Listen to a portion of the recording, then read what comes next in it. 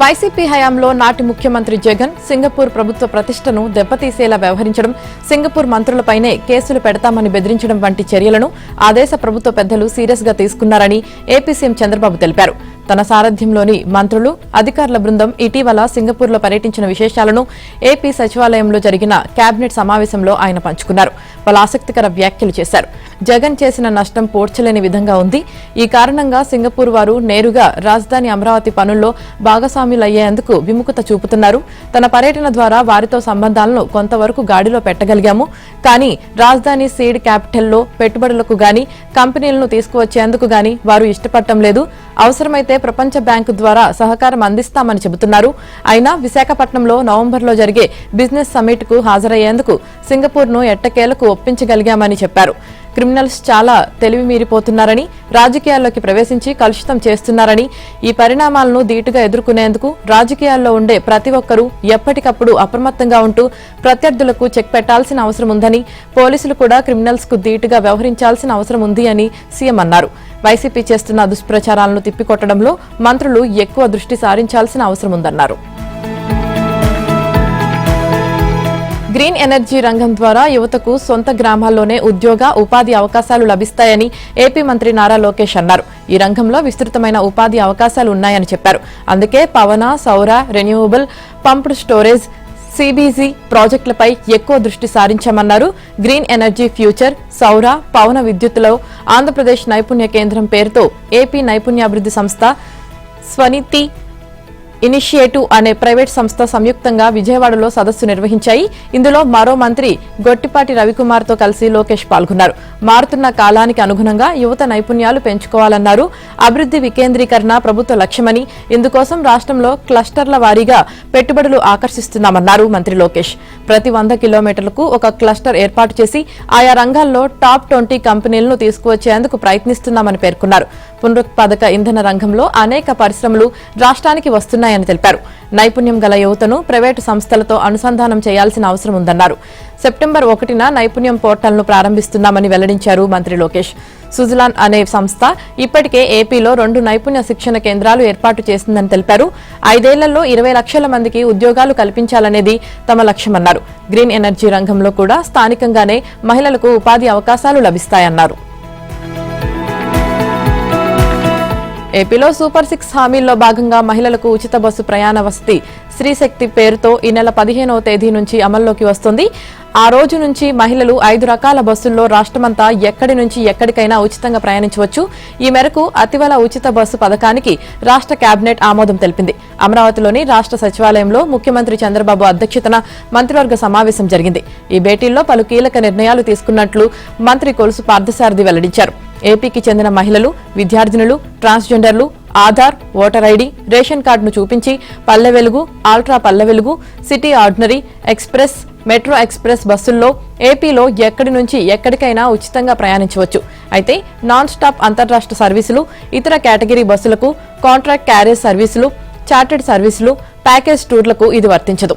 ఏపీలో ఉన్న మొత్తం ఆర్టీసీ బస్సుల్లో 6,700 బస్సుల్లో మహిళల ఉచిత ప్రయాణానికి అవకాశం కల్పిస్తున్నామన్నారు మంత్రి కొలుసు పార్థసారథి. దీనివల్ల ప్రభుత్వానికి నెలకు 162 కోట్లు, ఏడాదికి 1,942 కోట్లు ఖర్చవుతుందని, రాష్ట్రంలో రోజుకు సుమారు 26.95 లక్షల మంది మహిళలకు లబ్ధి చేకూరుతుందని అన్నారు. ఏడాదికి 142 లక్షల మంది మహిళలు ఉచిత బస్సు సౌకర్యం వినియోగించుకుంటారని అంచనా. ఏపీలో చేనేత కుటుంబాలకు కూటమి ప్రభుత్వం శుభవార్త చెప్పింది. జాతీయ చేనేత దినోత్సవం సందర్భంగా నేటి నుంచి నేతన్నలకు ఉచిత విద్యుత్ పథకాన్ని అమలు చేయనుంది. ఎన్నికల ముందు ఇచ్చిన హామీ మేరకు ప్రతి చేనేత కార్మికుడి కుటుంబానికి నెలకు 200 యూనిట్లు, మరమగ్గాలకు 500 యూనిట్ల వరకు విద్యుత్ను ఉచితంగా అందించనుంది. ఈ పథకం ద్వారా ఒక్కో చేనేత కార్మికుడి కుటుంబానికి నెలకు 1,233 రూపాయల చొప్పున ఏటా 14,956, మరమగ్గాలపై ఆధారపడిన కుటుంబాలకు నెలకు 2,717 చొప్పున ఏటా 32,604 మేర లబ్ధి చేకూరనుంది. జాతీయ చేనేత దినోత్సవం సందర్భంగా నేటి నుంచి ఈ పథకాన్ని అమలు చేయడానికి ప్రభుత్వం 189.62 కోట్లు కేటాయించింది. మరోవైపు చేనేత కార్మికులకు భారంగా మారిన జీఎస్టీని ప్రభుత్వమే పూర్తిగా భరించనుంది. 2017 నుంచి చేనేత వస్త్రాలపై కేంద్రం 5% జీఎస్టీ వసూలు చేస్తుంది. దీనిపై చేనేత వర్గాలు పలుమార్లు వినతులిచ్చినా ఫలితం కనిపించలేదు. దీంతో ఆ భారం భరిస్తామని ఎన్నికల ముందు చంద్రబాబు హామీ ఇచ్చారు. ఈ మేరకు ఏటా 15 కోట్లు భరించేందుకు ప్రభుత్వం సిద్ధమైంది. ఇక మూడో పథకం థ్రిఫ్ట్ ఫండ్ కింద ఏడాదికి 5 కోట్ల చొప్పున విడుదల చేయనుంది. చేనేత కార్మికుల సంక్షేమానికి సీఎం చంద్రబాబు తీసుకున్న నిర్ణయాల పట్ల చేనేత మంత్రి సవిత హర్షం వ్యక్తం చేశారు. రాష్ట్ర వ్యాప్తంగా అన్ని జిల్లాల్లోనూ జాతీయ చేనేత దినోత్సవాన్ని నిర్వహిస్తున్నట్లు ప్రకటించారు. గుంటూరు జిల్లా మంగళగిరిలో జరిగే 11వ జాతీయ చేనేత దినోత్సవంలో సీఎం చంద్రబాబు పాల్గొంటారు. మంత్రి లోకేష్ సహకారంతో గతంలో ఏర్పాటైన వీవర్శాలను ఆయన సందర్శిస్తారు. అక్కడున్న మగ్గాలు, చేనేత వస్త్రాలను పరిశీలించి మార్కెటింగ్ అవకాశాలపై చేనేత కళాకారులతో సంభాషిస్తారు. అనంతరం చేనేత ఉత్పత్తులతో ఏర్పాటు చేసిన స్టాళ్లను పరిశీలిస్తారు. నేతన్నల కుటుంబాలతో ముఖాముఖి మాట్లాడతారు. ఈ సందర్భంగా ఏర్పాటు చేసిన ప్రజా వేదిక సభలో చంద్రబాబు ప్రసంగించనున్నారు. మంగళగిరిలో జరిగే కార్యక్రమంలో మంత్రి లోకేష్ పాల్గొనే అవకాశముందని ప్రభుత్వ వర్గాలు తెలిపాయి. ఆంధ్రప్రదేశ్ ప్రభుత్వంతో యూనిట్ ధర 2.49 చొప్పున 7,000 మెగావాట్ల విద్యుత్ సరఫరా ఒప్పందం చేసుకునే నాటికి ఇతర రాష్ట్రాలకు ఎంత ధరకు ఇస్తున్నారో చెప్పాలని సోలార్ ఎనర్జీ కార్పొరేషన్ ఆఫ్ ఇండియాని హైకోర్టు ఆదేశించింది. పూర్తి వివరాలతో అఫిడవిట్ వేయాలని స్పష్టం చేసింది. యూనిట్ విద్యుత్ ధరను ఆమోదిస్తూ ఏపీ విద్యుత్ నియంత్రణ మండలి ఇచ్చిన ఉత్తర్వులను కూడా తమ ముందుంచాలని పేర్కొంది. తదుపరి విచారణను వాయిదా వేసింది. ఈ మేరకు ప్రధాన న్యాయమూర్తి జస్టిస్ ధీరజ్ సింగ్ ఠాకూర్, జస్టిస్ చీమలపాటి రవితో కూడిన ధర్మాసనం ఉత్తర్వులు జారీ చేసింది. సెకీ నుంచి యూనిట్ 2.49 చొప్పున 7,000 మెగావాట్ల కొనుగోలుకు ఏపీ ప్రభుత్వం చేసుకున్న ఒప్పందాన్ని కేంద్ర విద్యుత్ నియంత్రణ మండలి ధృవీకరించడాన్ని సవాల్ చేస్తూ అప్పటి టీడీపీ ఎమ్మెల్యే, ప్రస్తుత ఆర్థిక మంత్రి పయ్యావుల కేశవ్, సిపిఐ రాష్ట్ర కార్యదర్శి కె రామకృష్ణ హైకోర్టులో వేర్వేరుగా ప్రజా ప్రయోజన వ్యాజ్యాలు దాఖలు చేశారు. ఈ వ్యాజ్యం మరోసారి విచారణకు రాగా పిటిషనర్ తరపున సీనియర్ న్యాయవాది వాదనలు వినిపిస్తూ సెకీ నుంచి యూనిట్ 2.49కి కొనుగోలు చేసేందుకు ఏపీ ప్రభుత్వం ఒప్పందం చేసుకుందని, అదే సెకీ గుజరాత్ ప్రభుత్వానికి యూనిట్ 1.99కే సరఫరా చేస్తుందని తెలిపారు. వైసీపీ ప్రభుత్వ హయాంలో సహజ వనరులను కొల్లగొట్టి ప్రభుత్వ ఖజానాకు లక్షల కోట్లు నష్టం చేశారని, ఈ వ్యవహారంపై దర్యాప్తు చేసేందుకు సుప్రీంకోర్టు విశ్రాంత న్యాయమూర్తి నేతృత్వంలో సిట్ ఏర్పాటు చేయాలని కోరుతూ పిటిషన్ వేసిన ఢిల్లీ న్యాయవాది మెహక్ మహేశ్వరికి హైకోర్టు పలు ప్రశ్నలు సంధించింది. రాష్ట్ర ప్రభుత్వం ఇప్పటికే సిట్ ఏర్పాటు చేసిందని గుర్తు చేసింది. కేంద్ర దర్యాప్తు సంస్థల అధికారులతో వేరే సిట్ ఏర్పాటు చేయాల్సిన అవసరం ఏముందని ప్రశ్నించింది. ప్రత్యేక పరిస్థితుల్లో మాత్రమే సీబీఐ విచారణకు ఆదేశించాలని సుప్రీంకోర్టు చెప్పిందని గుర్తు చేసింది. ప్రభుత్వం అసెంబ్లీలో విడుదల చేసిన శ్వేతపత్రాల ఆధారంగా ప్రజా ప్రయోజన వ్యాజ్యంపై విచారణ జరపలేమని స్పష్టం చేసింది. రాష్ట్ర ప్రభుత్వం ఏర్పాటు చేసిన సిట్ మెతక వైఖరి అవలంబిస్తుందని, దర్యాప్తులో ఆలస్యం చేస్తుందని దేని ఆధారంగా మీరు విశ్వసిస్తున్నారని ప్రశ్నించింది. మాజీ సీఎం జగన్ పై సిట్ ఔదార్యం చూపుతుందని ఎందుకు అనుకుంటున్నారని అడిగింది. తమలాంటి busy lawyer party in person గా ఢిల్లీ నుంచి వచ్చి సొంత డబ్బులు ఖర్చు చేయడం ఆశ్చర్యం కలిగిస్తోంది. పిల్ దాఖలు చేసిన విధానంపై సంతృప్తికరంగా లేమని, ఈ దశలో ప్రతివాదులకు ఎలాంటి నోటీసులు జారీ చేయలేమని స్పష్టం చేసింది. వైసీపీ ప్రభుత్వంలో జరిగిన 3,500 కోట్ల మద్యం కుంభకోణంలో ప్రత్యేక దర్యాప్తు సంస్థ అత్యంత పకడ్బందీగా ఆధారాలు సేకరిస్తుంది. 100 మందిని విచారించి అనుమానితుల ఇల్లు, కార్యాలయాల్లో సోదాలు చేపట్టిన సిట్ అధికారులు లిక్కర్ స్కామ్ కు సంబంధించిన ఆధారాలు లోతుగా సేకరిస్తున్నారు. ఎక్కడా పరిధి దాటకుండా టెక్నాలజీ సాయంతో అనుమానితులు, సాక్షులు ఇచ్చిన సమాచారంతో, దర్యాప్తులో లభించిన ఆధారాలతో సంబంధిత వ్యక్తులను విచారణకు పిలిచి వాంగ్మూలాలు నమోదు చేస్తున్నారు. ఇందులో భాగంగా మిథున్ రెడ్డి కుటుంబానికి చెందిన PLR projects private limited MD Chevireddy Chandrasekhar రెడ్డిని, ఈడీ శివారెడ్డిని వారు ప్రశ్నించారు. ఆధాన్ డిస్టిలరీస్ ఖాతా నుంచి టీ కార్ట్ ద్వారా పిఎల్ఆర్ ప్రాజెక్ట్స్ ఖాతాలోకి 5 కోట్లు బదిలీ అయ్యాయి. ఈ విషయాన్ని మిథున్ రెడ్డి రిమాండ్ రిపోర్టులో సిట్ పేర్కొంది. ఇవి లిక్కర్ ముడుపులేననేందుకు ఆధారాలు సేకరించిన దర్యాప్తు అధికారులు ఆ లావాదేవీల గురించి పిఎల్ఆర్ ఎండీ, ఈడీలను అడిగారు. ప్రాజెక్టుకు వచ్చే పోయే నిధులపై ఆరా తీశారు. అయితే ఈ వివరాలేవీ తమకు తెలియవని వారిద్దరూ స్పష్టం చేసినట్లు తెలిసింది. మరోవైపు మిథున్ రెడ్డి వ్యక్తిగత సహాయకుడిని కూడా సిట్ ప్రశ్నించి పలు కీలక వివరాలు రాబట్టినట్లు తెలుస్తుంది. మద్యం కుంభకోణంలో కీలక పాత్ర పోషించిన మిథున్ రెడ్డి అరెస్టై రాజమహేంద్రవరం జైల్లో ఉన్నారు. వైసీపీ హయాంలో జగన్ నాసిరకం మద్యాన్ని అమ్మారు. నాసిరకం మద్యాన్ని అమ్ముతున్నారని ల్యాబ్ రిపోర్టులు కూడా తెప్పించి ఇచ్చాం. కానీ ఆ రోజు వైసీపీ నాయకులు ఎవరూ వినలేదు. ఈ రోజు మద్యం స్కామ్లో దొంగ కేసులు పెడుతున్నారంటూ ఏడుస్తున్నారని aquaculture development authority chairman Anam Venkata Ramana Reddy ఎద్దేవా చేశారు. టీడీపీ కేంద్ర కార్యాలయంలో ఆయన మాట్లాడారు. వైసీపీ హయాంలో విక్రయించిన మద్యం సీసాలను ప్రదర్శిస్తూ అవి నాసిరకం అంటూ ఇచ్చిన ల్యాబ్ నివేదికను వివరించారు.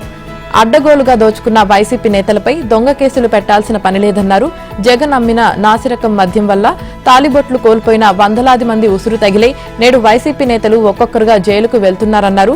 చెవిరెడ్డి భాస్కర్ రెడ్డి అనుచరుడు వెంకటేష్ నాయుడు, వైఎస్ సుజాతారెడ్డి అల్లుడు రాజ్ కసిరెడ్డి బంధుమిత్రులందరినీ మద్యం స్కామ్లో భాగస్వాములను చేసిన జగన్ నేడు వారంతా ఎవరో తనకు తెలియదని బుకాయించడం ఏమిటి? వార్షిక ఆదాయం 4 లక్షలుగా చూపిన వెంకటేష్ నాయుడు ప్రత్యేక విమానంలో పెద్ద హీరోయిన్లతో ఎలా ప్రయాణాలు చేశాడు? చేసిన తప్పులన్నీ చేసి వైసీపీ లీగల్ సెల్ బలంగా పనిచేయాలని జగన్ చెప్పడం విడ్డూరంగా ఉందన్నారు. వైసీపీ కార్యాలయాన్ని మూసేసి లీగల్ సెల్కు అప్పగించేస్తే జగన్ చరిత్రలో నిలిచిపోతాడు అని ఆనం ఎద్దేవా చేశారు. బీసీలకు 42% రిజర్వేషన్లకు ఆమోదం తెలుపుకుంటే ప్రధాని నరేంద్ర మోదీని గద్దె దింపుతామని తెలంగాణ సీఎం రేవంత్ రెడ్డి హెచ్చరించారు. ఎన్ని అడ్డంకులు ఎదురైనా బీసీలకు స్థానిక సంస్థల ఎన్నికల్లో, విద్య, ఉద్యోగ రంగాల్లో 42% రిజర్వేషన్లు సాధించి తీరుతామని స్పష్టం చేశారు. బీసీ రిజర్వేషన్లు మోదీ అడ్డుకుంటే ఆయన్ను గద్దె దించి రాహుల్ని ప్రధానమంత్రిని చేసుకుని తమ డిమాండ్ను నెరవేర్చుకుంటామని రేవంత్ చెప్పారు. బీసీలకు 42% రిజర్వేషన్ల బిల్లుల ఆమోదం కోరుతూ ఢిల్లీలోని జంతర్ మంతర్లో నిర్వహించిన పోరుబాట ధర్నాలో సీఎం రేవంత్ మాట్లాడారు. తెలంగాణ ప్రభుత్వం చేసిన బీసీ రిజర్వేషన్ల బిల్లును ఆమోదించకుండా కేంద్రం, రాష్ట్రపతి తాత్సర్యం చేస్తున్నారని మండిపడ్డారు. బిల్లులు ఆమోదం పొందే వరకు నిద్రపోయేది లేదన్నారు. బలహీన వర్గాలపై కక్షగట్టిన గత సీఎం కేసీఆర్ 50% రిజర్వేషన్లు మించకుండా చట్టం చేశారని విమర్శించారు. ఆ చట్టమే ఇప్పుడు రిజర్వేషన్లకు గుదిబండగా మారిందన్నారు. ఆ చట్టాన్ని తొలగించేందుకే ఆర్డినెన్స్ చేశామని చెప్పారు. వెనుకబడిన వర్గాల వారికి స్థానిక ఎన్నికల్లో, విద్య, ఉద్యోగ రంగాల్లో 42% రిజర్వేషన్లు సాధించేందుకు ఢిల్లీలో ధర్నాకు దిగామని, కేంద్ర ప్రభుత్వం మెడలు వంచైనా సాధిస్తామని రేవంత్ తెలిపారు. తెలంగాణ ప్రజల శక్తిని మోదీ తక్కువగా అంచనా వేస్తే ఆయనకు తమ తడాకా చూపిస్తామని చెప్పారు. బీసీ రిజర్వేషన్లపై రాహుల్ గాంధీ డైరెక్షన్లోనే ఢిల్లీలో కాంగ్రెస్ పార్టీ డ్రామాలు చేస్తుందని బీజేపీ రాష్ట్ర అధ్యక్షుడు రామచంద్రరావు ఆరోపించారు. ఆ పార్టీ నాయకులు, యాక్టర్లు పెయిడ్ ఆర్టిస్టులుగా మారారన్నారు. పెద్దపల్లి జిల్లా గంగానగర్, కొమరంభీం జిల్లా కాగజ్ నగర్ లో ఆయన మాట్లాడారు. కామారెడ్డిలో బీసీ డిక్లరేషన్ చేసి అసెంబ్లీలో బీసీ బిల్లు పెట్టి ఇప్పుడు ఢిల్లీకి ఎందుకు వెళ్లారని ప్రశ్నించారు. ముస్లింలకు 10% రిజర్వేషన్లు తీసేస్తే తాము బీసీ బిల్లుకు మద్దతిస్తామన్నారు. కాంగ్రెస్ పార్టీ ప్రధాని అభ్యర్థి ఓబీసీ నేత అని ప్రకటించాలని రామచంద్రరావు డిమాండ్ చేశారు. కాళేశ్వరం ప్రాజెక్టు అవినీతికి కేసీఆర్ కుటుంబానికి చెందిన 4 బాధ్యులని, ఈటలకు సంబంధం లేదన్నారు. మరోవైపు ముస్లింలకు 10% రిజర్వేషన్లు కల్పించేందుకు కాంగ్రెస్ జంతర్ మంతర్ వద్ద ధర్నా చేపట్టిందని కేంద్ర మంత్రి బండి సంజయ్ అన్నారు. బీసీలకు న్యాయం చేయాలన్న నిజాయితీ లేదని, బీసీలపై ఆ పార్టీ మొసలి కన్నీరు కారుస్తుందని విమర్శించారు. కాంగ్రెస్ ధర్నాకు సోనియా, ఖర్గే, రాహుల్ రాలేదని, వాళ్ల కార్యక్రమం ఫ్లాప్ షోగా సాగిందన్నారు. మోదీ ప్రభుత్వం ఇప్పటికే బీసీలకు 27% రిజర్వేషన్లు అమలు చేస్తుందని చెప్పారు.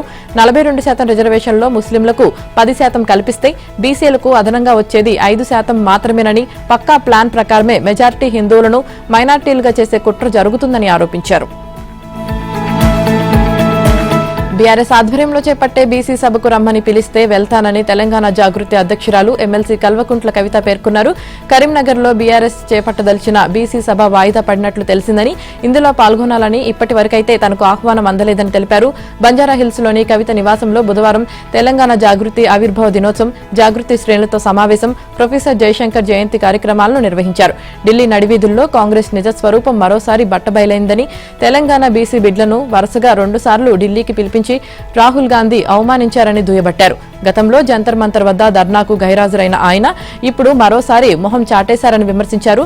నాటకాలాడుతున్న బీజేపీ, కాంగ్రెస్ కు తెలంగాణ బీసీలు బుద్ధి చెబుతారని హెచ్చరించారు. ఢిల్లీలో కాంగ్రెస్ దొంగ ధర్నాలతో ఒరిగేదేమీ లేదని, బీసీ బిల్లుల ఆమోదం కోసం సీఎం రేవంత్ రెడ్డి రాష్ట్రపతిని కలవాలని డిమాండ్ చేశారు. అఖిలపక్షాన్ని ఢిల్లీకి తీసుకువెళ్లాలని, ఈ మేరకు అన్ని పార్టీల అధ్యక్షులకు లేఖలు రాయాలని కోరారు. తెలంగాణలో నెలకొన్న తాజా పరిణామాల నేపథ్యంలో బీఆర్ఎస్ నేత మాజీ మంత్రి హరీష్ రావు తమ పార్టీ అధినేత మాజీ ముఖ్యమంత్రి కేసీఆర్ తో మరోసారి సమావేశమయ్యారు. ఎర్రవెల్లి ఫామ్ హౌస్ లో కేసీఆర్ ను కలిసిన హరీష్ రావు ఆయనతో వివిధ అంశాలపై చర్చించినట్లు తెలిసింది. కాళేశ్వరం ప్రాజెక్టుకు సంబంధించిన పలు అంశాలను వివరిస్తూ హరీష్ రావు ఇటీవల ఇచ్చిన పవర్ పాయింట్ ప్రజెంటేషన్ ప్రజల్లోకి ఎంత మేరకు వెళ్లింది అనే అంశంపై ఇరువురు చర్చించుకున్నారని సమాచారం. అలాగే కాళేశ్వరం కమిషన్ నివేదిక పేరిట రాష్ట్ర ప్రభుత్వం చేసిన ఆరోపణలు ప్రజల్లో బలంగా తిప్పికొట్టేందుకు ఏం చేయాలనే విషయంలో కేసీఆర్ ఈ సందర్భంగా హరీష్ కు పలు సూచనలు చేసినట్లు తెలిసింది. అలాగే కమిషన్ నివేదిక ఆధారంగా ప్రభుత్వం తదుపరి ఏం చేయనుంది, ప్రభుత్వ చర్యను అధిగమించేందుకు ఎలా స్పందించాలి అనే అంశాలపై కూడా కేసీఆర్ తో హరీష్ సమాలోచన చేసినట్లు సమాచారం. అయితే కమిషన్ నివేదిక అంశంలో భయపడాల్సిన పని లేదని, ప్రభుత్వ నిర్ణయం ప్రకారం న్యాయ నిపుణుల సలహాలు సూచనలతో ముందుకు వెళ్లాలని కేసీఆర్ నిర్ణయించినట్లు తెలిసింది. బీసీ రిజర్వేషన్ల అంశంపై రాష్ట్ర ప్రభుత్వం ఢిల్లీలో చేపట్టిన ధర్నా అంశాన్ని హరీష్ తో భేటీ సందర్భంగా కేసీఆర్ ప్రస్తావించినట్లు సమాచారం. బీజేపీ నేతలు చేతగాని దద్దమ్మలంటూ టీపీసీసీ అధ్యక్షుడు మహేష్ కుమార్ గౌడ్ ధ్వజమెత్తారు. బీజేపీ నేతలు పగలంతా ముస్లింలను తిడతారని, సాయంత్రం అయితే వాళ్ల జపం చేస్తారని ఆరోపించారు. ఈ మేరకు ఢిల్లీలోని జంతర్ మంతర్ వద్ద కాంగ్రెస్ ఆధ్వర్యంలో జరిగిన బీసీ ధర్నాలో మహేష్ కుమార్ గౌడ్ మాట్లాడారు. బీసీల వేదన కేంద్రానికి తెలియజేయాలనే one voice one vision united BC నినాదంతో ఈ మహాధర్నా నిర్వహించామని తెలిపారు. ఎస్సీలు ఎస్టీలు బీసీల మద్దతు లేకుండా సికింద్రాబాద్ లో నామినేషన్ వేయగలవా అంటూ కిషన్ రెడ్డిని ప్రశ్నించారు. బీసీల పేరు చెప్పుకొని ఎన్నికల్లో గెలిచిన బండి సంజయ్ ఇప్పుడు కిషన్ రెడ్డికి వత్తాసు పలకడం సిగ్గుచేటన్నారు. మతాన్ని అడ్డు పెట్టుకుని ఎన్నికల్లో గెలవడం బీజేపీ నేతలకు అలవాటేనని, వారిది ద్వంద్వ నీతి అని ఆరోపించారు. తెలంగాణ అసెంబ్లీలో బీసీ బిల్లుకు మద్దతుగా ఓటు వేసిన బీజేపీ ఎమ్మెల్యేలు ఇప్పుడు ఎందుకు మౌనంగా ఉన్నారని ప్రశ్నించారు. బీసీలకు 42% రిజర్వేషన్ల సాధన కోసం ఎంత దూరమైనా వెళ్తామని, వెనకడుగు వేసే ప్రసక్తే లేదని స్పష్టం చేశారు. స్థానిక ఎన్నికల కంటే బీసీ రిజర్వేషన్లే ముఖ్యమని మహేష్ కుమార్ గౌడ్ చెప్పారు. సృష్టి ఫర్టిలిటీ మోసం కేసులో నమ్రత పాపాలు ఒక్కొక్కటిగా వెలుగులోకి వస్తున్నాయి. దర్యాప్తు అధికారులే నమ్రత మోసాలను చూసి అవాక్కవుతున్నారు. పిల్లలు లేని దంపతులకు టెస్ట్ బేబీ, సరోగసి ద్వారా పిల్లలు కలిగేలా చేస్తామని నమ్మించిన నమ్రత వారు సరోగసికి ఒప్పుకునేలా కౌన్సిలింగ్ ఇచ్చేది. ఆ తర్వాత సంబంధిత దంపతుల నుంచి సేకరించిన వీర్యం, అండాన్ని మరో మహిళ గర్భంలో పెంచుతున్నట్లు నమ్మించేది. ఇందుకోసం 30 లక్షల నుంచి 40 లక్షల వరకు వసూలు చేసేది. అంతటితో ఆగకుండా 9 మాసాలు పూర్తయ్యే వరకు సరోగసి మహిళ ఆరోగ్యం, వైద్యం ఖర్చులు, నిర్వహణ, పోషకాహారం ఇలా పలు కారణాలు చెప్పి అదనంగా దండుకునేదని దర్యాప్తు అధికారులు గుర్తించారు. స్పెషలిస్ట్ డాక్టర్తో ఆ మహిళకు చికిత్స అందిస్తున్నామని పేర్కొంటూ ఓ మహిళా గైనకాలజిస్ట్ లెటర్ హెడ్ పై ప్రిస్క్రిప్షన్స్ రాసేవారని తేల్చారు. పోలీసుల ద్వారా విషయం తెలుసుకున్న సదరు గైనకాలజిస్ట్ ఫిర్యాదు చేయడం గమనార్హం. తీరా 9 మాసాలు పూర్తయ్యాక అంతర్రాష్ట్ర పిల్లల అక్రమ రవాణా ముఠాల నుంచి ఓ శిశువును కొనుగోలు చేసి సరోగసి బిడ్డ అని చెబుతూ ఆ దంపతులకు ఇచ్చేది. ఇలా నమ్రత ఇప్పటి వరకు 80 మంది శిశువులను సంతానం కోసం తన వద్దకు వచ్చిన దంపతులకు సరోగసి బిడ్డ అంటూ అంటగట్టినట్లు అధికారులు తేల్చారు. మహిళా గైనకాలజిస్ట్ ఇచ్చిన ఫిర్యాదుతో నమోదు చేసిన కేసుతో కలిపి నమ్రతపై మొత్తం 8 ఎఫ్ఐఆర్లు రిజిస్టర్ అయినట్లు పోలీసులు తెలిపారు. ఒకే రోజు ఏసీబీ వలకు 2 అధికారులు చిక్కారు. ఈ నెలాఖరున పదవి విరమణ చేయబోతున్న జగిత్యాల జిల్లా రవాణా శాఖ అధికారి బద్రునాయక్ ఏసీబీ అధికారులకు పట్టుబడ్డారు. ఈ నెల 4న కోరుట్ల శివార్లో ఓ ఎక్స్కవేటర్ను కాలుష్య బీమా పత్రాలు లేకపోవడంతో రవాణా అధికారులు పట్టుకున్నారు. దాన్ని సీజ్ చేయకుండా ఉండేందుకు 35,000 ఇవ్వాలని డిమాండ్ చేయడంతో ఆ మొత్తం డీటీఓకు ఇచ్చేందుకు యజమాని ఒప్పుకున్నాడు. అదే రోజు 13,000 ఆయనకు ఇవ్వడంతో వాహనాన్ని వదిలిపెట్టారు. మిగతా 22,000 ఇచ్చి ఫోన్లు తీసుకువెళ్లాలని వాహన యజమానికి డీటీఓ చెప్పారు. మహబూబ్ నగర్ లోని ఇరిగేషన్ సబ్ డివిజన్ కార్యాలయంలో అసిస్టెంట్ ఎగ్జిక్యూటివ్ ఇంజనీర్ గా పనిచేస్తున్న మహమ్మద్ ఫయాజ్ ఏసీబీ అధికారులకు పట్టుబడ్డారు. నగరానికి చెందిన ఓ వ్యక్తికి చెందిన 150 గజాల స్థలానికి ఎన్ఓసీ ఇచ్చేందుకు నివేదిక కోసం ఫయాజ్ బుధవారం 3,000 లంచం తీసుకుంటుండగా అధికారులు అరెస్టు చేశారు. ఏపీలో భిన్నమైన వాతావరణం నెలకొంది. రాయలసీమలో ఎక్కువ చోట్ల వర్షాలు కురుస్తుండగా కోస్తాలో ఎండ తీవ్రత కొనసాగుతుంది. రుతుపవనాల ప్రభావంతో కాకుండా ఉపరితల ఆవర్తనాలు, ద్రోణులు, ఎండ తీవ్రతతో ఏర్పడిన క్యుములోనింబస్ మేఘాల ప్రభావంతోనే వర్షాలు కురుస్తున్నాయి. వర్షం తగ్గిన తర్వాత మళ్లీ ఉక్కపోత, వేడి వాతావరణం కొనసాగుతున్నాయి. నెల్లూరు, కావలి, ఒంగోలు, తునిల్లో 37 డిగ్రీల ఉష్ణోగ్రత నమోదైంది. కాగా రాయలసీమ, ఉత్తర తమిళనాడుకు ఆనుకొని బంగాళాఖాతంలో వేర్వేరుగా ఉపరితల ఆవర్తనాలు, బంగాళాఖాతం నుంచి రాయలసీమ, కర్ణాటక మీదుగా అరేబియా సముద్రం వరకు ఉపరితల ద్రోణి కొనసాగుతున్నాయి. వాటి ప్రభావంతో రాయలసీమలో ఎక్కువ చోట్ల, కోస్తాలో పలుచోట్ల వర్షాలు కురిశాయి. రానున్న 24 గంటల్లో రాయలసీమ, దక్షిణ కోస్తాల్లో ఎక్కువ చోట్ల, ఉత్తర కోస్తాలో పలుచోట్ల వర్షాలు కురుస్తాయని వాతావరణ శాఖ తెలిపింది. అక్కడ అక్కడక్కడ భారీ వర్షాలు కురుస్తాయని పేర్కొంది. శుక్రవారం దక్షిణ బంగ్లాదేశ్ పరిసరాల్లో ఆవరించనున్న ఉపరితల ఆవర్తనం బలపడి ఉత్తర బంగాళాఖాతంలోకి ప్రవేశిస్తుందని వాతావరణ నిపుణులు అంచనా వేస్తున్నారు. దీని ప్రభావంతో హిమాలయ పర్వత ప్రాంతాల్లో ఉన్న రుతుపవన ద్రోణి తూర్పు భాగం దక్షిణ దిశగా వచ్చే అవకాశం ఉందని, దీంతో ఈ నెల 9వ తేదీ తర్వాత ఉత్తర కోస్తాకు వర్షాలు కురుస్తాయని పేర్కొన్నారు. ఉత్తరాఖండ్లోని ఉత్తరకాశీ జిల్లాలో కురిసిన కుంభవృష్టి, ఆకస్మిక వరదల్లో కేరళకు చెందిన 28 మంది పర్యాటకులు గల్లంతయ్యారు. దరాలి నుంచి గంగోత్రికి బయలుదేరినట్లు చెప్పారని, ఆ మార్గంలోనే కొండచర్యలు విరిగిపడ్డాయని, ఆ తర్వాత ఈ పర్యాటకుల నుంచి ఎలాంటి సమాచారం లేదని గల్లంతైన వారిలో ఒకరి బంధువు మీడియాతో చెప్పారు. మరోవైపు దరాలిలో వరదలో బురదలో చిక్కుకుపోయిన వారిని కాపాడటానికి సహాయక చర్యలు కొనసాగుతున్నాయి. ఇప్పటి వరకు 190 మందిని కాపాడినట్లు ఉత్తరాఖండ్ సీఎం పుష్కర్ సింగ్ ధామి వెల్లడించారు. ఒకరి మృతదేహాన్ని వెలికి తీసినట్లు తెలిపారు. ఇదిలా ఉండగా గంగోత్రిలో చిక్కుకున్న యాత్రికులను నేలాంగ్ లోయ మార్గం నుంచి పంపించేందుకు ప్రణాళికలు సిద్ధం చేస్తున్నామని ధామి వెల్లడించారు. త్వరలోనే యాత్రికులందరినీ స్వస్థలాలకు పంపిస్తామన్నారు. ప్రభుత్వాలు జారీ చేసే ప్రకటనలో ప్రధాని, ముఖ్యమంత్రుల ఫోటోలు పెట్టడం సర్వసాధారణమేనని, అవేమీ తప్పు కాదని సుప్రీంకోర్టు స్పష్టం చేసింది. ముఖ్యంగా సంక్షేమ పథకాలకు సీఎంల పేర్లు, ఫోటోలను కూడా దేశవ్యాప్తంగా వినియోగిస్తున్నారని తెలిపింది. అదే సమయంలో రాజకీయ కారణాలతో ఇలాంటి వాటిపై కోర్టును ఆశ్రయించి న్యాయస్థానాల వేదికగా యుద్ధాలు చేసుకోవడాన్ని తీవ్రంగా తప్పుబట్టింది. ఇటీవల తమిళనాడు ప్రభుత్వం ఉంగలుడన్ స్టాలిన్ అనే పథకాన్ని ప్రారంభించింది. ఈ పథకం ప్రచార పత్రాలు, బ్యానర్లలో ముఖ్యమంత్రి స్టాలిన్ ఫోటోలను ముద్రించారు. దీనిని తప్పుపడుతూ ప్రతిపక్షం అన్నా డీఎంకే ఎంపీ సివి షణ్ముగం మద్రాస్ హైకోర్టును ఆశ్రయించారు. సంక్షేమ పథకాల ప్రచారం కోసం సీఎం, మాజీ సీఎంలు, మృతి చెందిన నేతల పేర్లను వినియోగించడాన్ని తప్పుబడుతూ గత నెల 31న ఆదేశాలు జారీ చేసింది. అయితే ఈ ఆదేశాలను తమిళనాడు ప్రభుత్వం సుప్రీంకోర్టులో సవాల్ చేసింది. ఈ పిటిషన్పై విచారణ జరిపిన సుప్రీంకోర్టు ఎంపీ షణ్ముగంపై తీవ్ర ఆగ్రహం వ్యక్తం చేసింది. అన్నా డీఎంకే ప్రభుత్వ హయాంలో ప్రభుత్వ పథకాలకు సీఎం పేరు పెట్టిన దాఖలాలు లేవా అని ప్రశ్నించింది. రాజకీయ స్పర్ధలు ఎన్నికల వరకే ఉండాలని, అవి న్యాయస్థానాల దాకా రాకూడదని కటువుగా వ్యాఖ్యానించింది. రాజకీయ దురుద్దేశంతోనే పిటిషనర్ న్యాయస్థానానికి వచ్చినట్లుందని వ్యాఖ్యానిస్తూ ఆయనకు 10 లక్షల జరిమానా విధిస్తున్నట్లు ప్రకటించింది. విమానాశ్రయాల భద్రతకు ముప్పు పొంచి ఉందన్న నిఘా వర్గాల హెచ్చరికలతో కేంద్ర పౌర విమానయాన భద్రతా బ్యూరో అప్రమత్తమైంది. దేశవ్యాప్తంగా అన్ని విమానాశ్రయాల్లో హై అలర్ట్ ప్రకటించింది. ఈ ఏడాది సెప్టెంబర్ 22 నుంచి అక్టోబర్ 2వ తేదీ మధ్య ఎయిర్పోర్ట్లపై ఉగ్రవాదులు లేదా సంఘ విద్రోహ శక్తులు దాడులకు పాల్పడే అవకాశం ఉందని ఇంటెలిజెన్స్ వర్గాలు హెచ్చరించాయి. ఈ నేపథ్యంలో అన్ని విమానాశ్రయాల్లో తక్షణమే భద్రతను కట్టుదిట్టం చేయాలని పేర్కొంటూ బీసీఏఎస్ ఈ నెల 4న అడ్వైజరీ జారీ చేసింది. విమానాశ్రయాలు, రన్వేలు, హెలీప్యాడ్లు, ఫ్లయింగ్ స్కూల్స్, శిక్షణ సంస్థల్లో భద్రతను పెంచాలని అందులో ఆదేశించింది. దీంతో అప్రమత్తమైన ఎయిర్పోర్ట్ భద్రతా సిబ్బంది టెర్మినల్, పార్కింగ్ ప్రాంతం, విమానాశ్రయ చుట్టుపక్కల ప్రాంతాలు, ఇతర సున్నితమైన ప్రదేశాల్లో భద్రతను కట్టుదిట్టం చేశారు. స్థానిక పోలీసుల సాయంతో విమానాశ్రయాలకు వెళ్లే మార్గాల్లో తనిఖీలు చేపడుతున్నారు. దేశీయ, అంతర్జాతీయ మార్గాల్లో పంపే పార్సిల్ను నిశ్చితంగా సోదా చేస్తున్నారు. ఓబీసీలకు విద్య, ఉపాధి, స్థానిక పాలనలో 42% రిజర్వేషన్లు కల్పించే బిల్లుకు రాష్ట్రపతి ఆమోదం కోరుతూ దేశ రాజధాని ఢిల్లీలో పెద్ద ఎత్తున నిర్వహించిన ధర్నా కేవలం తెలంగాణకే పరిమితం కాదని రాహుల్ గాంధీ అన్నారు. ఈ పోరు అణగారిన భారతీయ ప్రజలకు అధికారంలోనూ అభివృద్ధిలోనూ వాటా కల్పించేందుకు జరుగుతున్న సమిష్టి యుద్ధమని ఆయన ఎక్స్ వేదికగా స్పందించారు. తెలంగాణ ప్రభుత్వం బిల్లును కులగణ డేటా ఆధారంగా రూపొందించిందని, ఇది రాజ్యాంగంలో పేర్కొన్న సామాజిక న్యాయం దిశగా ఒక ప్రధాన ముందడుగు అని రాహుల్ అభివర్ణించారు. ఈ ధర్నాకు ఇండియా కూటమి నేతలు మద్దతిచ్చినందుకు ఆయన కృతజ్ఞతలు తెలిపారు. తెలంగాణ బీసీ బిల్లుకు రాష్ట్రపతి ఆమోదముద్ర వేయాలని ఆయన కోరారు. కాగా ఓబీసీలకు సామాజిక న్యాయం కోసం ముఖ్యమంత్రి రేవంత్ రెడ్డి నేతృత్వంలో తెలంగాణ కాంగ్రెస్ నేతలు చేసిన ధర్నా కేవలం తెలంగాణ పోరు మాత్రమే కాదని, అణగారిన వర్గాలకు సరైన ప్రాతినిధ్యం, సమానత్వం, న్యాయం కోసం చేస్తున్న జాతీయ పోరాటమని ప్రియాంక గాంధీ వాద్రా అన్నారు.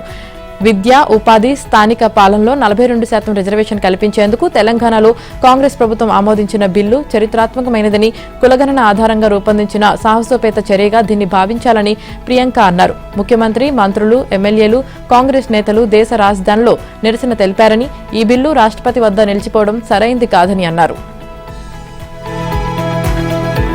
దాదాపు 7 ఏళ్ల తర్వాత ప్రధాని మోదీ ఈ నెలాఖరులో చైనాలో పర్యటించనున్నట్లు తెలుస్తుంది. సంబంధిత వర్గాలు తెలియజేసిన వివరాల ప్రకారం మోదీ 2 దేశాల పర్యటనలో భాగంగా మొదట ఆగస్టు 29న జపాన్ వెళ్తారు. అక్కడ ఇరు దేశాల వార్షిక సదస్సులో జపాన్ ప్రధానితో సమావేశమవుతారు.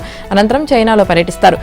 తియాన్జిన్ వేదికగా ఆగస్టు 31 నుంచి సెప్టెంబర్ 1 వరకు జరగనున్న షాంఘై సహకార సంఘం వార్షిక సదస్సులో ఆయన పాల్గొంటారు. ఈ పర్యటనలో ప్రధాని మోదీ చైనా అధ్యక్షుడు జిన్పింగ్ తో ప్రత్యేకంగా భేటీ అయ్యే అవకాశం ఉంది. గతేడాది రష్యాలోని కజాన్లో జరిగిన బ్రిక్స్ శిఖరాగ్ర సదస్సులో చివరిసారిగా జిన్పింగ్ తో మోదీ భేటీ అయ్యారు. తూర్పు లదాఖ్లోని గాల్వాన్లో సరిహద్దు ఘర్షణల తర్వాత ప్రధాని మోదీ చైనాలో చేయబోయే తొలి పర్యటనగా ఇది నిలవనుంది. రానున్న ఎస్సీఓ సదస్సులో రష్యా అధ్యక్షుడు పుతిన్తో మోదీ భేటీ అయ్యే అవకాశాలు ఉన్నాయి.